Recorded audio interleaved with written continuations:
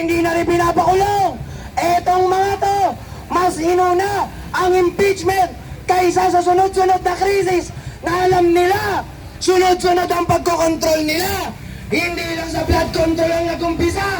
Tatanungin ko kayo kababayan, may nakulong ba sa blood control? Kailan pa nagsimula ang blood control na yan? Hanggang ngayon, wala pa rin nakukulong. Ano ba? Food control. Si Recto, patuloy na nagpapataas ng bilihin ng presyo. Nakakatuwa ba yan? Ano ba ang ginawa niyang problema? Inuna niya ba ang oil control? Pati crudo, kinontrol ng taong yan. Nakakatuwa ba yan? Hindi lang yun. Meron pa. Ano ba ang kinokontrol nila? Mismo ang gobyerno, tinatry nilang kontrolin. Kahit alam nila, ang mga pwesto nila ay pinagbotohan nyo.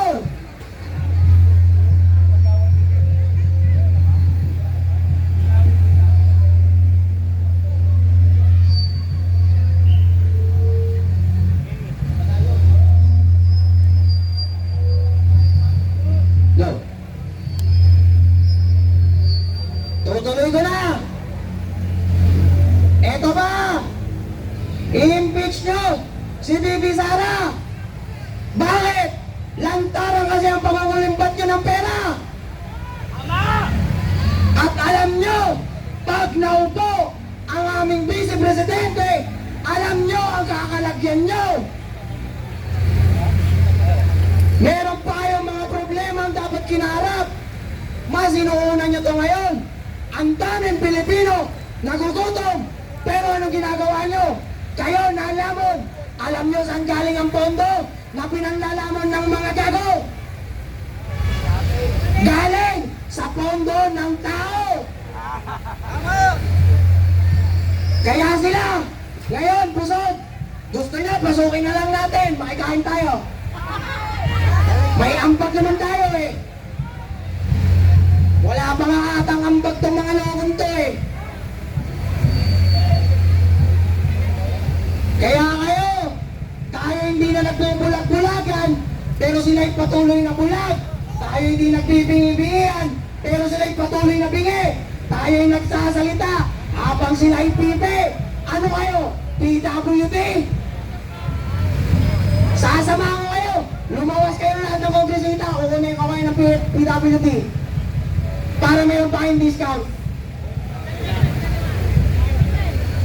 Ano ba ang problema natin? Ang Congress, tatandaan nyo, hindi yan tribunal. Hindi yan tribunal para sa pagpapa-impeach ng tao. Ano ang tribunal? Sa Senado. Pero bakit yan ang pinag-uusapan nyo? Mas nauna nyo ba na pag-usapan yan?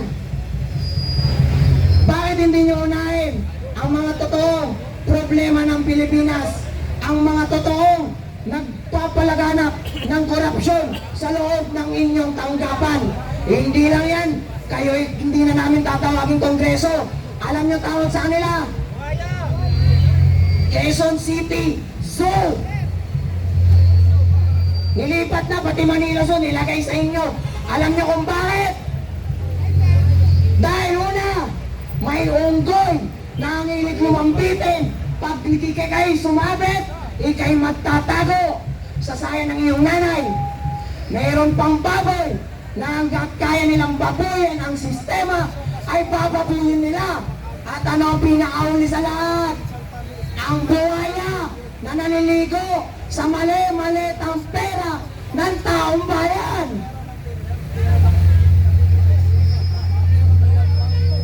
Ano ba ang totoong krisis? Lalo na sa kabataan. Tatanungin ko kayo, ano ang totoong krisis? Lalong-lalo sa kabataan.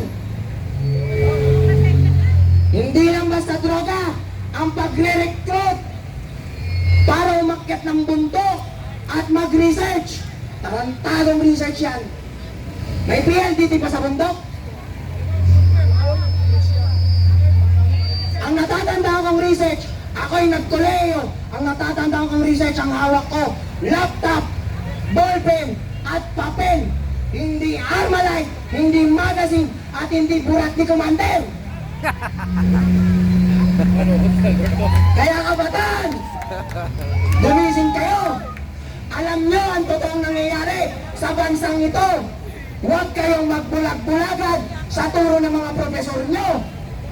Magkakauno kayo pag umakyat kayo sa bundok.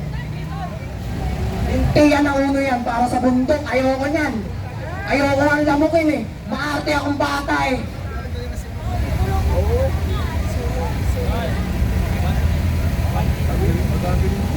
Kaya ako nananawagan, hindi lang sa kabataan, kundi pati sa mga magulang.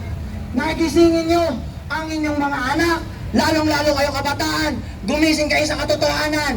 Ang ating kasabihan, ang totoong kalaban natin ay hindi taga-ibang bansa, kung hindi ang mga kapwang Pilipino natin na mapanglamang, mapanghusga at mandurugas. Ako'y nagpapasalamat lalong-lalo na sa ating mga kapulisan. Dahil kayo hindi namin in-appoint, hindi namin kayo bumoto para kayo maging pulis. Kusa niyong ginapang ang inyong trabaho para makuha nyo ang pinapangarap nyo. Habang ito, mga nasa loob, kayo na nga in-appoint para magserbisyo sa tao, kayo pa tong nandurugas sa taong bayan. Tangina nyo! Yun lamang po. Mabuhay ang malungkot na Republika ng Pilipinas! Mabuhay ang mga Pilipino! At mas lalong-lalo nang hindi namin bubuhayin ang mali niyong sistema sa gobyerno. Okay,